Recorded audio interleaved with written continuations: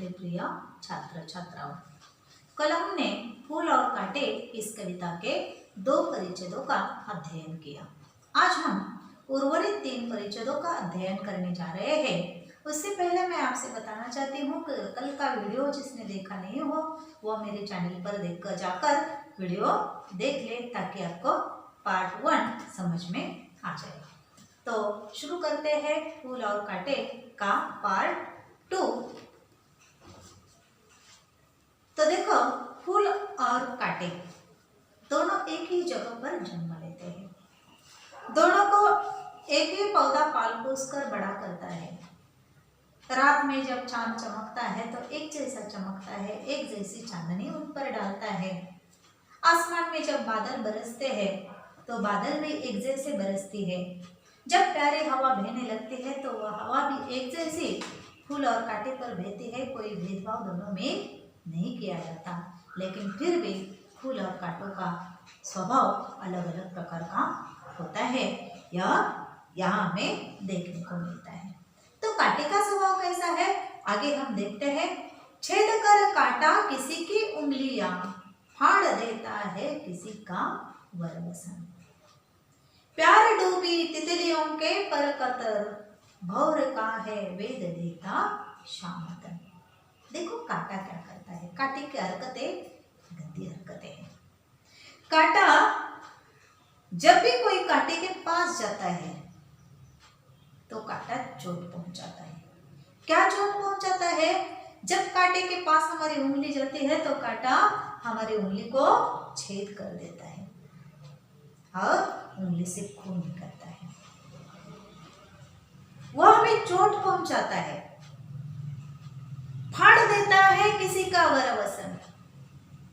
जब कोई उसके पास से भी गुजरता है, हाथ लगाना तो दूर रहा, कांटे के पास से भी हम गुजरने लगते हैं तो भी कांटे में हमारे कीमती वस्त्र अटक जाते हैं तो वह भी फाड़ देता है। वह कांटा किसी को छोड़ता नहीं, किसी एक को भी वह कांटा छोड़ता नहीं है।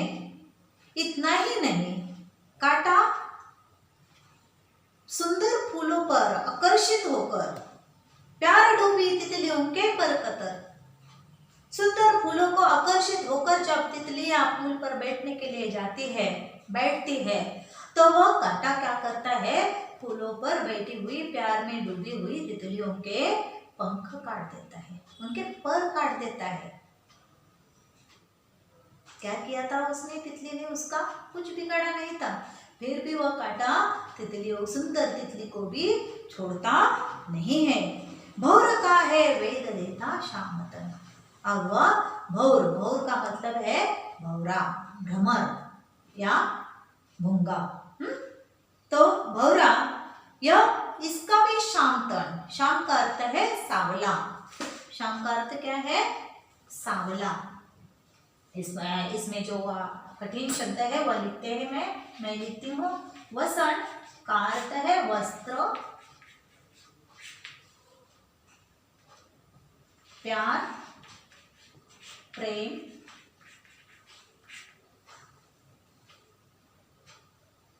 शाम, सांवला। सांवला रंग ना गोरा भी होता है ना काला होता है, बीच का जो कलर होता है उसे सांवला कहा जाता है। तन का अर्थ है शरीर।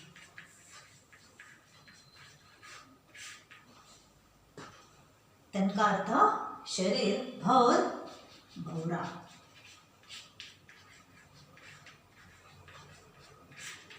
भौ का अर्थ है भौरा।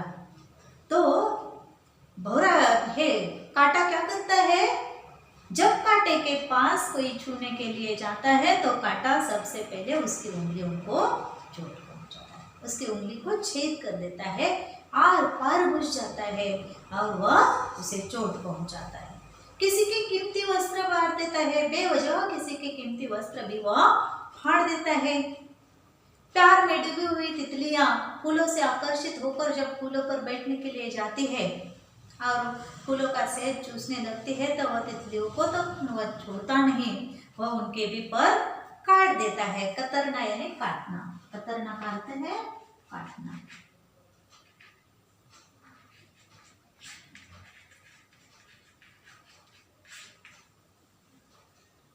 भौर का है वेद देता शामतन। भौर, भौर यानी भौरा, वह भौरे का भी क्या करता है, शाम तन, तन यानी शरीर, उसके शरीर में भी आर पार घुस जाता है। वेद करना यानी छेदना, वेदना, छेदना। तो भौरे का भी उसका जो शरीर उसका कठिन, बहुत कठिन होता है भौरे का शरीर, लेकिन फिर भी उसके उस कठिन शरीर में भी वह कांटा घुस जाता है, आर पार छेद कर देता है, इतना वो भौरे को भी घायल कर देता है।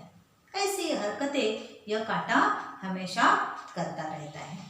तो इसके विपरीत फूलों का बर्ताव दूसरे लोगों के साथ कैसा होता है देखो, फूल लेकर तितलियों को गोद में, इसके विपरीत बिल्कुल बर्ताव यह फूलों का होता है।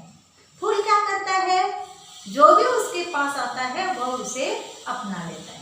जब तितलियां उसके पास जाते हैं, जाकर उसके पास जाते हैं तो फूल उसे अपने गोद में देता है और गोद में बड़े प्यार से ले लेता है।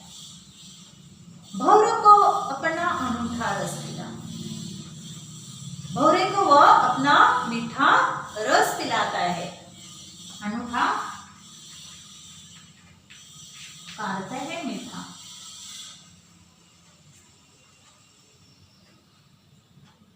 भौरे को वह अपना मीठा रस पिलाता है और साथ ही इसके साथ ही वो अपना सुंदर सुगंध, खुद का सुगंध भी अपने पास वह रखता नहीं है, वो भी चारों दिशाओं में फैलाता रहता है और प्रकृति का वातावरण जो है वह वातावरण सुगंधित बना देता है।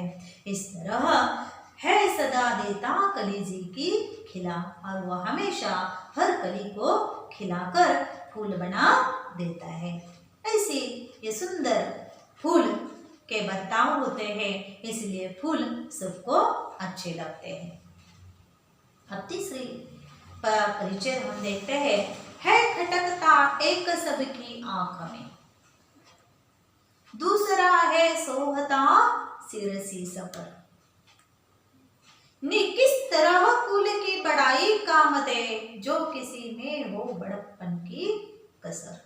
देखो, एक क्या करता है, कांटा अपनी गंदी हरकतों के कारण, बुरी हरकतों के कारण कांटा सबके हाथ में खटकता रहता है।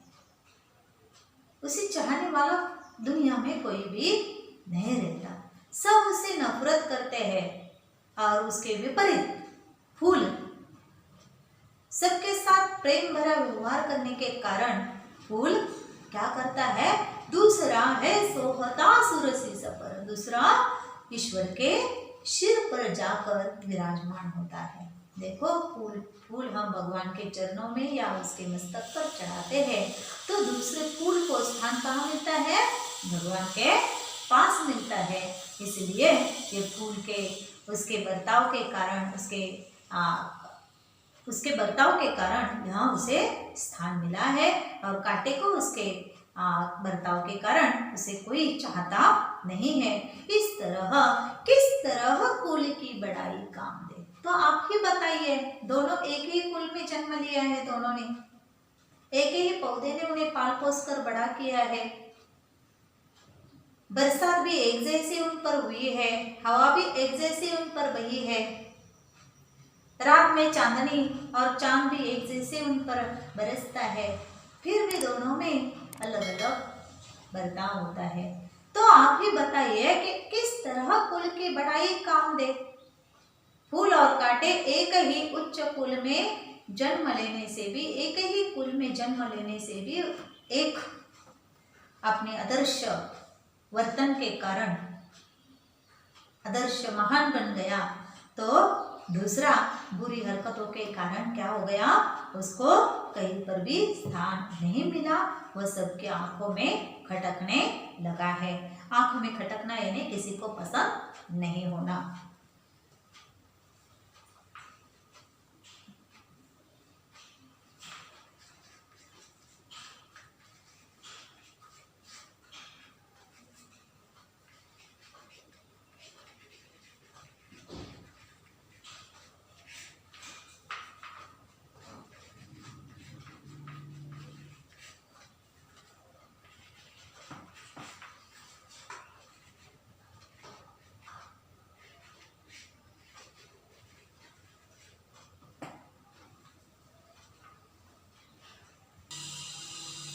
तो बच्चों, इस कविता के माध्यम से हमने यही सीखा कि हमारा व्यवहार अच्छा होना चाहिए। हम किसी भी कुल में क्यों न जन्म लें, लेकिन यदि हमारा व्यवहार दूसरों के प्रति अच्छा हो तो हमें सब महान बनाते हैं। लेकिन हमारा यदि व्यवहार ही बुरा हो तो हमें कोई चाहता नहीं है। इसलिए अच्छे व्यवहार करना सीखना, यही इस कविता से हमें संदेश मिलता है। धन्यवाद बच्चों।